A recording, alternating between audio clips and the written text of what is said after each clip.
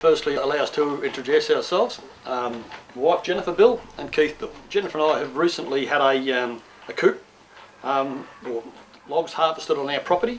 Registered coop number AB111. We're situated on South Bruny Island, Tasmania.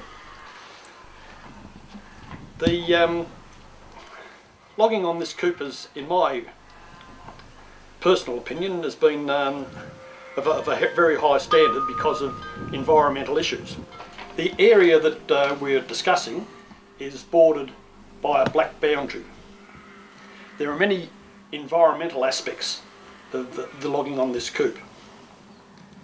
Certain of the areas that you can see in blue have been identified as stream side reserves and have been kept. Areas that you can see in a yellow checker, they have been identified as timbered areas which have significant white gum. Those particular stands have been left intentionally on the basis of the protection of 40 spotted pardalotes. Also, can I point out on this map, are two areas on the left hand side here where prior to the harvesting it's been identified of two eagles' nests.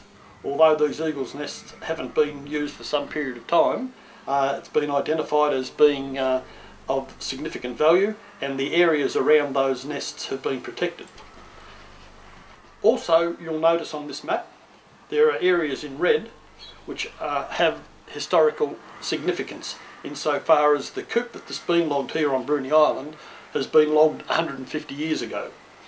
These areas that you see marked in red are old significant historical sites where on the left again you have two boilers from the previous site, there's a sawdust heap, and there's also a boiler plate. So although this area was logged 150 years ago, it's now been time for this area to be logged again. Out of the whole area that you see here, it's 60 hectares in area. The total area was logged was approximately 47 hectares, the balance being kept in reserve. From that particular coop, there are 11,348 tonnes of pulp log and 1,369 cubic metres of saw log. They are in line with what was expected at the time of the initial inspection for the coop. The actual period of logging was for nearly 9 months. There were two operators working the coop and with two log trucks following through. Depending upon whether the truck was taking out saw log or pulp log, depended upon the destination. The pulp logs went to Tribunna, saw logs went to where the requirement was. I would like to one day go and look up at the old boiler site. I haven't got around to it yet.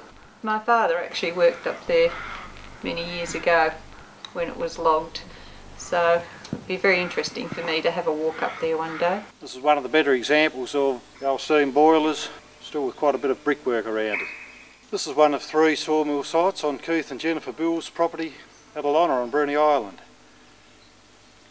Property's obviously been extensively harvested in the past for saw log, and guns have just recently finished harvesting and only today reseeded it from the air.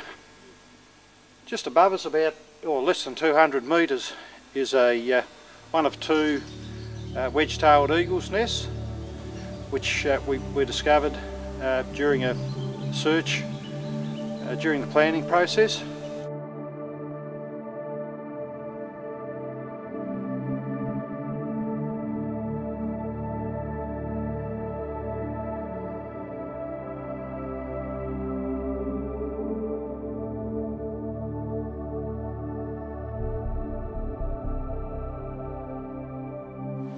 So how long after they cut the trees down have you got to get your seeds? In this sort of weather, yeah. Can go up to 2 weeks. Okay. If it's, I've been up in the Bothwell area, and 3 weeks after the tree's been down, because that's in the winter. Unless in the summer, because it just opens up too quick. 48 hours maximum. That's right. If you haven't got it in 48 hours, it's gone. Separate it, just take that off there. And cut the leaf out. Keep the twig about 8 to 10 inches long, and that's best for aerating it when it's in the kiln.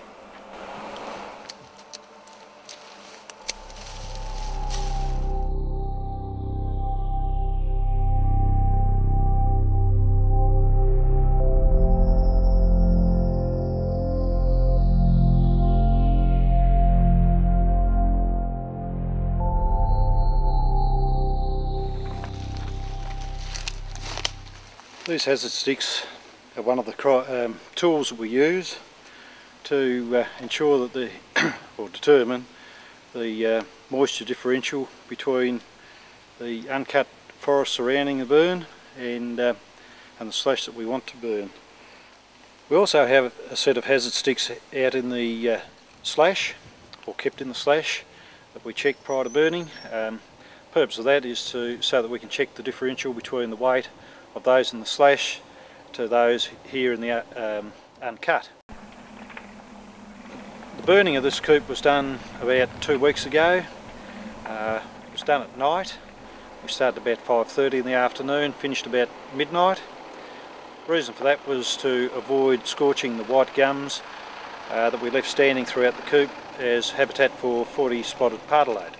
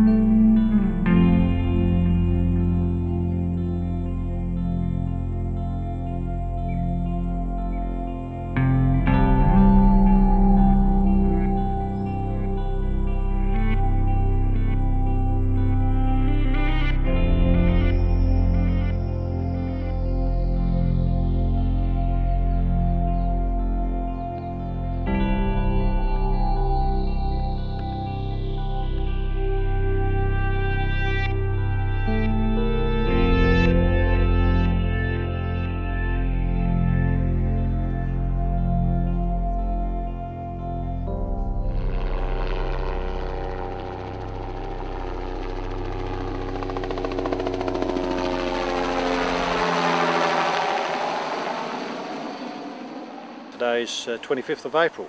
Finally got the seed on today, 2 weeks after the burn, on the Bill's property and also on John Dillon's next door, on some advanced growth retention work that we've done over there.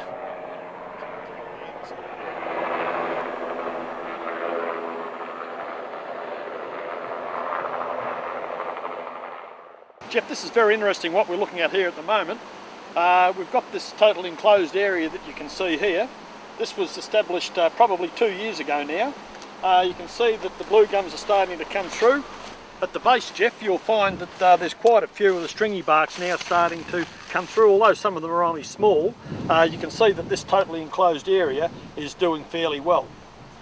If you want to move over to the next area here, Jeff, you'll see that although not totally enclosed, we've got the top off. This access here has been available for the possums to get into. You'll see here, although we still have a few blue gums coming through, and again on the base that you can see there's some stringy barks, you'll notice the total difference between the two areas, and where total enclosure versus what we've got here with the possum can get into, you can see the possums are doing quite a substantial amount of damage. Where this is outlined here with the burnt tree section, this again has been seeded identically to what you see in the enclosed section. This has been absolutely open to any browsing, whether it be rabbits, possums or wallabies, and you can see that this area has taken quite a substantial amount of pressure from the browsing animals. Although you will still see that there are some blue gums coming through here, for example. You'll also see some of the stringy barks coming through. Here's one example here that one has survived. But again, Jeff, if you want to make the direct comparison between what you're looking at here against the enclosed area, you can just see what the damage that the browsing animals are doing.